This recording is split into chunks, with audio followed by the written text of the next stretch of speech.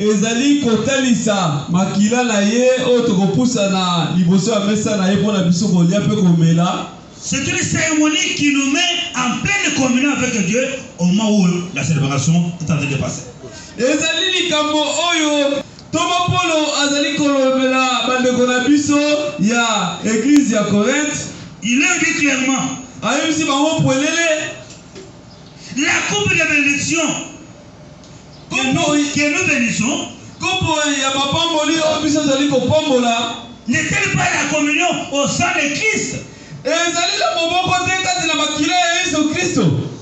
Le pain que nous rompons en ce moment, lipa oyo tozali kokata na ngonga oyo, n'est-il pas la communion au corps de Christ? ezali na moboko te kati na nzoto ya Yesu Kristo. C'est-à-dire quand on célèbre le repas du Seigneur, elingi koloba eke ntango tozali kotombola mesa na Nkolo, nous devenons un avec Dieu. tozali kokoma moko na Yesu Kristo. Comme il est écrit, lolenge ekomami Christ à nous Yesu Kristo kati na biso, et Christ aussi en Dieu, Yesu Kristo kati na Nzambe, et Dieu et Christ aussi habitent à nous.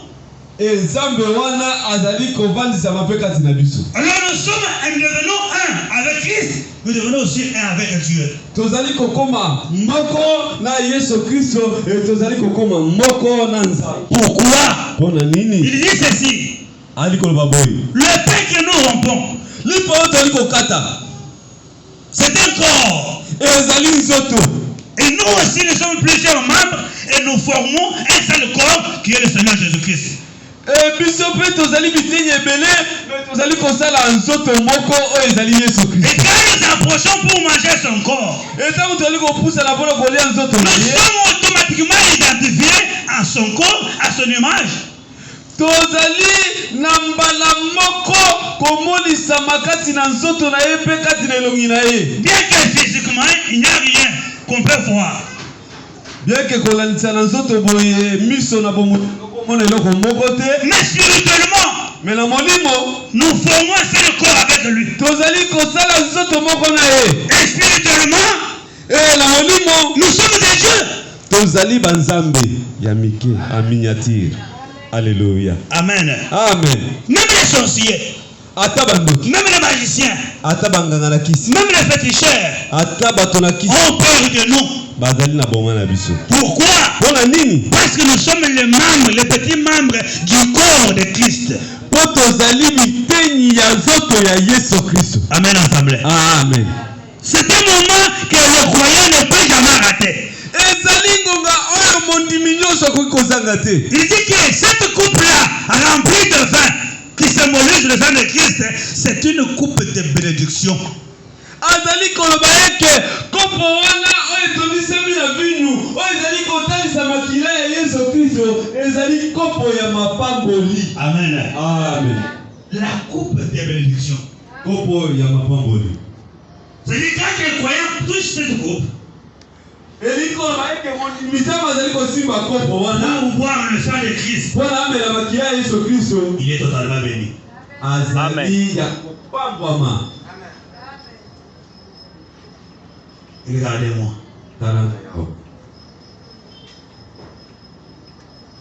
C'est pourquoi quand on a lu les Écritures au début de l'Église, il y avait les croyants qui voyageaient, mais quand ils apprenaient que non, demain c'est dimanche, le premier jour de la semaine, où on doit manger le corps du Seigneur, ils pouvaient se préparer de rentrer. Même la nuit, ils marchent pour atteindre le lieu où l'Église existe, afin qu'ils participent aussi à la célébration du corps et du sang de Christ pour manger.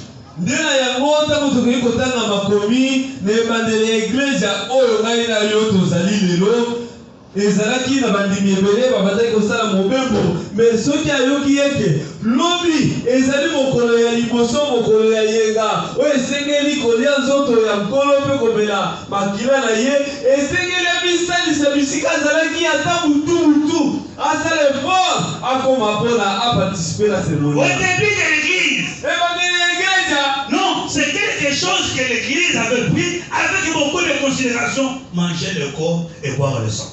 ezalaki na eloko oyo bandimi bazwaki na mutuya makasi koleka kolia nzoto ya Yesu. Ils avaient expérimenté vraiment beaucoup de choses.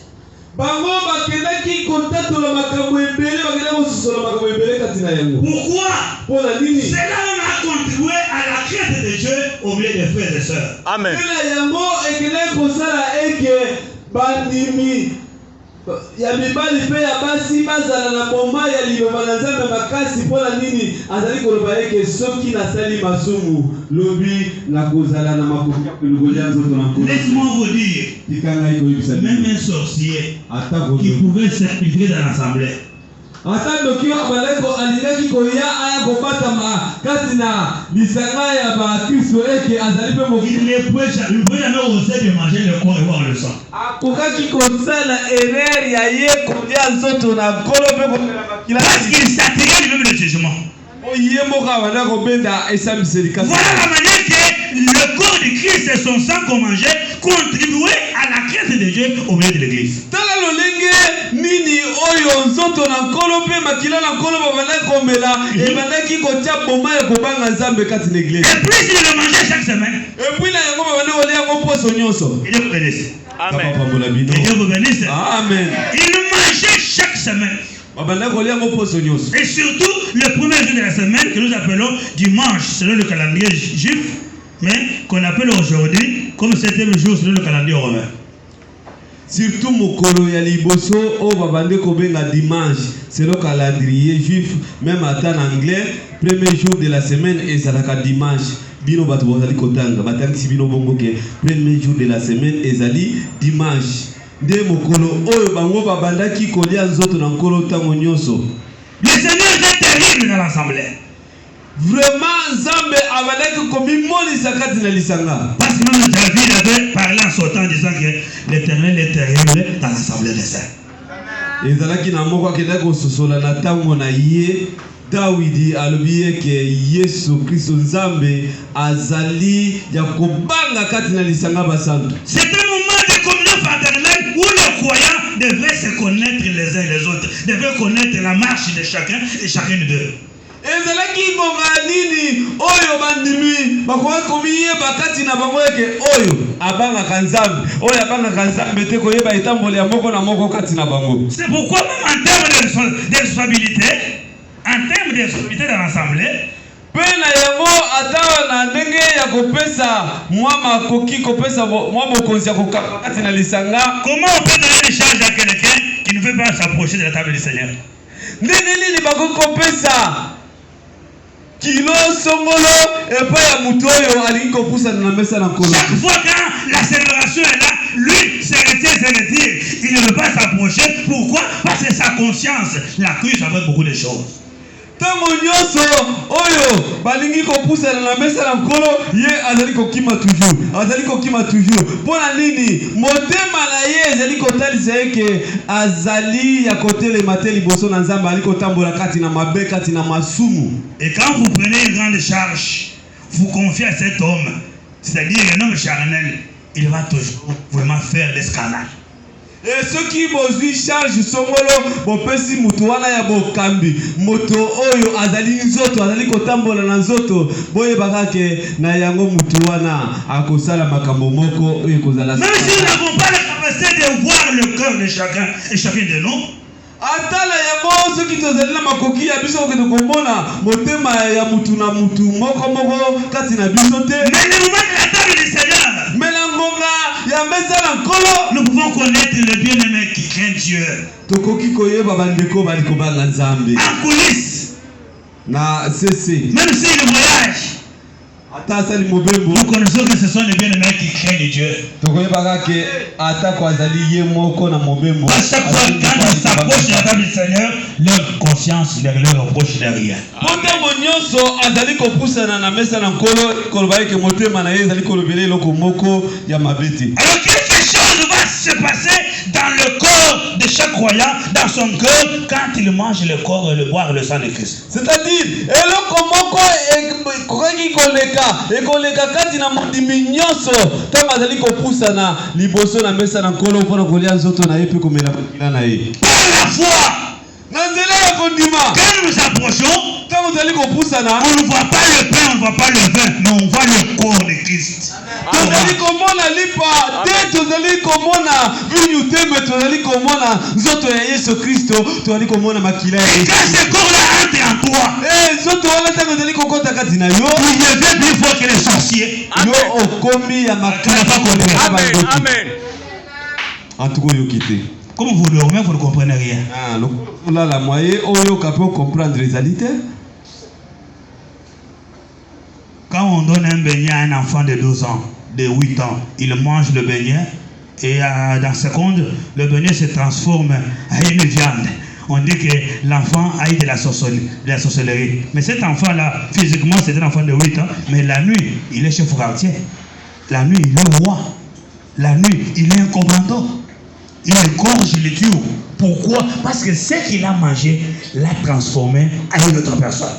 Boyoka likambo oyo. Bali kozwa mokate. Mokate oyo tozali komona na miso eke ezali mokate. Bapesi mwana ya 8, mwana ya 12, ya 10 na butu. Mokate wana ebaluki ekomi musunya mu. Pendant qu'il mange le mwana wana tango bali kotala ye boye. Biso tozali komona eke alende mokate nzoka nde na molimo. Alende musunya mutu. Na butu mwana wana azali susu mwana ya 8 te, azali susu mwana ya 12 te, akomi chef quartier, akomi chef coutumier mokonzi munene. Satan, c'est un imitateur. Amen. Satan azali moto amekola kanzambe. Il connaît, il sait bien que quand Dieu s'incarne dans la chair humaine, cette personne-là devient extraordinaire. Ayebi malamu eke tango nzambe azali kovandisa makati na nzoto mutu, mutu wana akomi extraordinaire moto akobanga. Nous, bien les seigneurs, nous devons avoir la foi. Nous devons croire que quand on s'approche, on ne mange pas un simple pain. On ne boit pas un simple vin. Mais nous mangeons le corps. Et nous devons le sang du Seigneur. Et cela a de l'impact dans notre vie. Les sorciers et les pécheurs peuvent nous regarder autrement. Bandoki na bato na kisi bakoki komona biso lolenge. Personne ne peut t'approcher. Mutu moko te akokopusa. Ne peut t'approcher de toi. Akokopusa na pembe. Parce que tu as un esprit supérieur. Po amoni yo ozali na molimo ya koleka. Acclamons le Seigneur pour. Alléluia. Makasi pour notre monde ensemble. C'est pourquoi l'apôtre Paul dit que la coupe là, c'était une coupe de bénédiction. Quand tu t'approches pour saisir cette coupe là et boire le sang, tu es béni. Tu es béni.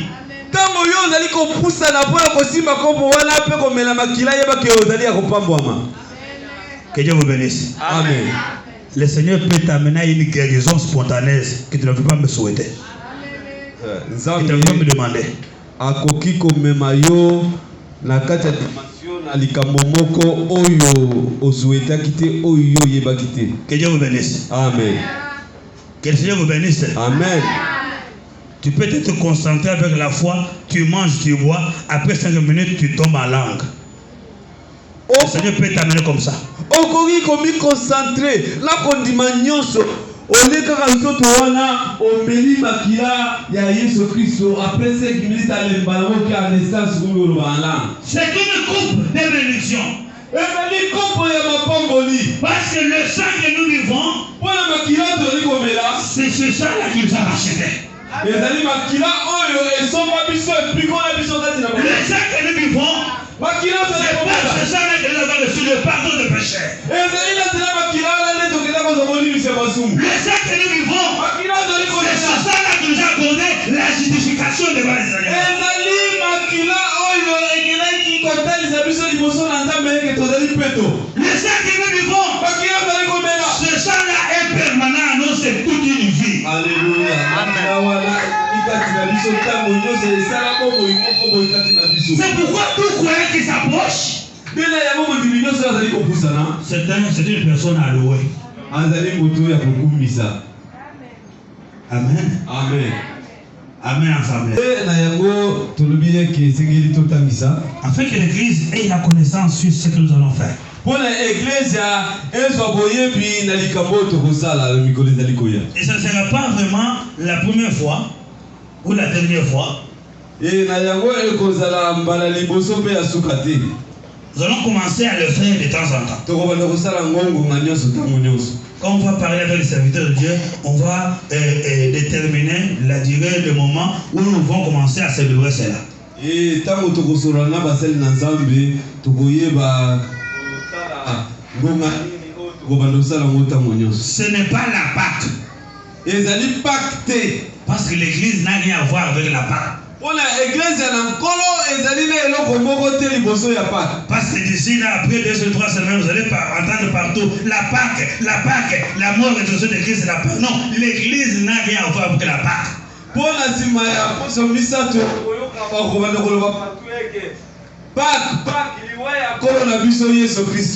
Pâque, c'est une fête juive qui a existé avant la naissance de Jésus-Christ.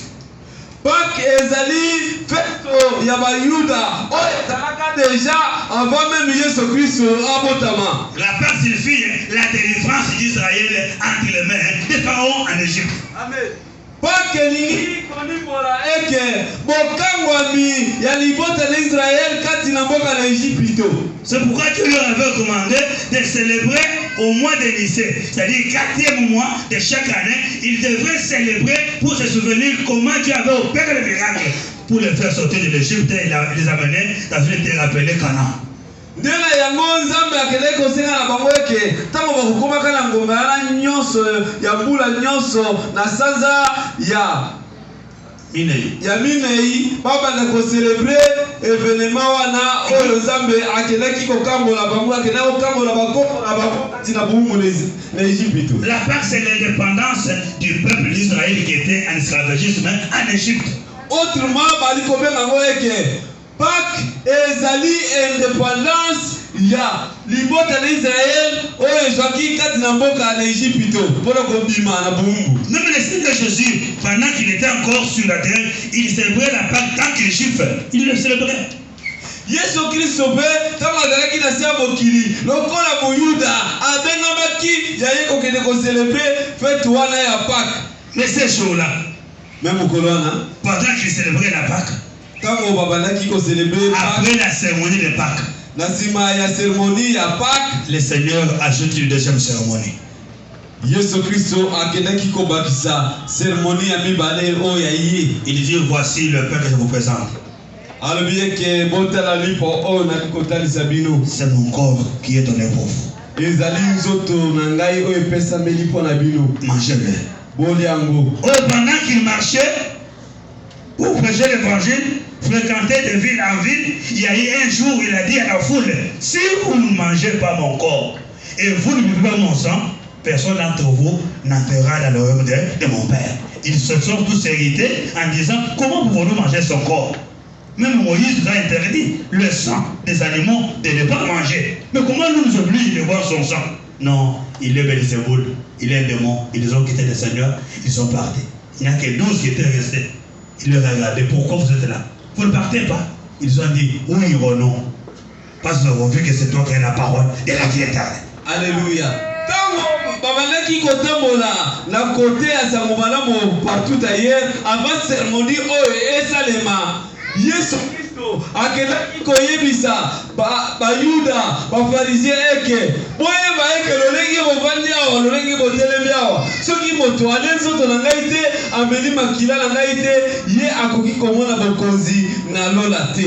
Na kati na bango bakende kotala ye balobi ndenge nini kokosalema biso bayuda apekisa biso eke tokoki kombela même pas makila ya banyama mais appli.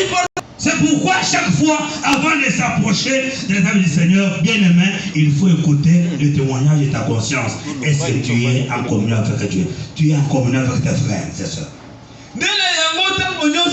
Avant de pousser la liboso ya mesa na kolo, esekeli oyo kalitatoli ya motema na yo. Oyo kotelisa yo ya solo ozali na bomoko na Nzambe. Alisanga Nous ne pouvons pas jamais faire quelque chose d'une manière sentimentale, charnelle, pour oublier avec quelque chose. Non, ce que nous faisons, c'est purement spirituel. Nous devons le prendre avec du sérieux. biso tokoki kozala likambo moko kolandisa nzoto lokola kodistraire bato na se ya mokili bamona eke bazali likambo songolo boye te esengeli tosala likambo oyo molimo ezali kokomande biso oyo molimo ezali kosenga. L'apôtre Jean dit à l'église, Toma yona azali kolobela kati na bandeko na biso ce que nous avons entendu dès le commencement, oyo biso tokeleki koyoka ute ebandeli ce que nous avons vu avec nos yeux, oyo miso na biso ekendaki komona c'est ce que nous vous annonçons. nde yango oyo twali koteya bino. Amen. Amen. Amen ensemble. Amen. Il dit ce que nous avons entendu, alobi eke oyo biso tokendaki koyoka ce que nous avons vu, oyo biso tomonaki ce que nous avons touché avec nos mains, oyo biso tosimbaki na maboko na c'est biso ce que nous vous annonçons nde oyo twali koteya bino pour que vous soyez en communion aussi avec nous. mpona yango bino bozala na bomoko na biso. Que Dieu vous bénisse. Amen. Vous devez aussi être en communion avec nous. bino mpe esengeli bozala na bomoko na bato na La biso. communion fraternelle est très importante dans l'église. bomoko kati na lisanga kati na bandeko na Kristo ezali na mutu ya makasi kati na Tu eglise. ne peux pas être dans la différence avec ton frère et ta soeur et passer pour manger le corps et boire le sang de Christ. yo koki kozala ozoyokana na ndeko yo mwasi te na ndeko no mobali te oleka liboso na mesa na nkolo mpona kolia nzoto na ye. Que Dieu vous bénisse. Amen. Que Dieu vous bénisse. Amen. Tu dois prendre du temps de regarder tes relations avec Dieu, tes relations avec tes frères et sœurs. Et quand tu écoutes le témoignage de la conscience que tout est au beau fixe, bien aimé, il faut avoir du courage de passer, manger et boire le sang de Christ. esengeli yo ozwa ngonga ya yo kotala lolenge yo ozali na nzambe liboso na nzambe. Eske ozali na evangeli malamu liboso ya nzambe na yo na bandeko na yo kati na ligoba kati na lisanga ozali bango na bomoko etango ozali koyoka litata ya motema na yo wana okoki koleka na esengo nyonso ya yo kopusana na mesa na nkolo mpona kolia nzoto na yo mpe komela makila na Nous yo. ne voulons pas vivre comme ce que nous avons vu ailleurs, dans le temps passé, où les croyants sont dans l'église, mais les gens ne s'entendent pas. Il faut chaque fois, après moi, il faut faire asseoir deux personnes pour qu'ils se parlent, faire asseoir deux mamans pour qu'ils se parlent. Non! La communion fraternelle, c'est une vue permanente de ça. biso tolingi te tobika lokola ndenge tobandaki kobika na kala bisika mosusu tobandaki komona bato bazali lisanga moko etonga moko bazali kosambela bazali fo moko me songolo na songolo bazali koyokana te esengeli kobenga bapaka kobenga bamama mikolo bapapa mikolo bavandisa bango mpo bareconcilie bango te. Après qu'il ne voit pas un frère s'approcher de l'autre pour le saluer, pour l'embrasser. Pourquoi? Parce qu'il n'est pas en bonne relation avec lui. Après que tu vois une maman, une soeur qui ne veut pas vraiment embrasser sa soeur. Pourquoi? Parce qu'elle se souvient de ce qui s'était passé entre eux. Et vous comptez vous approcher de la table du Seigneur? Non, il faut revoir les choses. Na nsima ya losambo balobi yeke topesana mbote toyambana omona frere songolo alingi kopusana ayamba frere songolo te mpona nini bazali koyokana te bango na bango mibale bazali na makambo songolo oyo bali koyokana te bien ser songolo na ser songolo mwaye bapusana bayambana ezali te mpona nini bali kokanisa makambo oyo elekaki kati na bango mibale te. C'est pourquoi on avait donné le verset de 1 Jean chapitre 4 verset 20. On peut lire ça rapidement. tokoki kotanga na mokanda ya 1 Jean chapitre 4 verset 20. verset 20 totanga na lombango nyonso. 1 Jean chapitre 4 verset 20. 1 Jean chapitre 4 verset 20. Si quelqu'un dit soki moto alobi j'aime Dieu nalingi nzambe alors qu'il déteste son frère, me koto azali koyina ndeko na ye c'est un menteur. azali moto na lokuta En effet, na yango si quelqu'un n'aime pas son frère qu'il voit, soki moto aza kolinga ndeko na ye oyo azali komona na miso te comment peut-il aimer Dieu qu'il ne voit pas? ndenge nini akoki kolinga nzambe oyo miso na ye ezali komona te. Acclamons le Seigneur. Alléluia. Tobeti maboko makasi na lokuta na nzambe.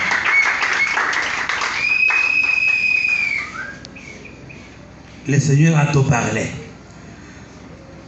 Kolo asila koloba nyonso ezali na eloko moko ya tika azanga kolobela yango te. Si quelqu'un dit qu'il aime Dieu, soki moto azali koloba eke alingi nzambe, mais il déteste son frère, il déteste sa sœur, me azali koyina ndeko na ye mobali, azali koyina ndeko na ye mwasi, c'est un menteur. azali moto na lokuta.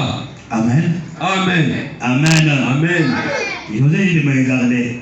nazali kosenga na bino botala ngai. Tu ne peux pas dire que tu aimes Dieu okoki koloba eke yo ozali kolinga nzambe pendant que tu détestes ton frère, tu n'es pas communié avec lui. Pendant que tu haïs ta soeur, tu n'es pas communié avec lui. Ne dis pas que tu aimes Dieu, tu es menteur. na mopanzi kote oyo ozali kolinga ndeko na mobali te mpo na nini ozali na baprobleme na ye, ozali kolinga ndeko na mwasi te mpo ozali na baprobleme na ye, yebaka ozali moto na lokuta. L'Écriture dit, makomi ezali koloba si tu n'aimes pas ton frère, ta soeur, que tu ne vois pas avec les yeux. soki yo ozali kolinga ndeko na mobali ndeko na mwasi te oyo yo ozali komona na miso, Comment tu peux aimer Dieu que tu ne vois pas avec tes yeux? lolenge nini okoki kolinga nzambe oyo miso na yo ezali komona te?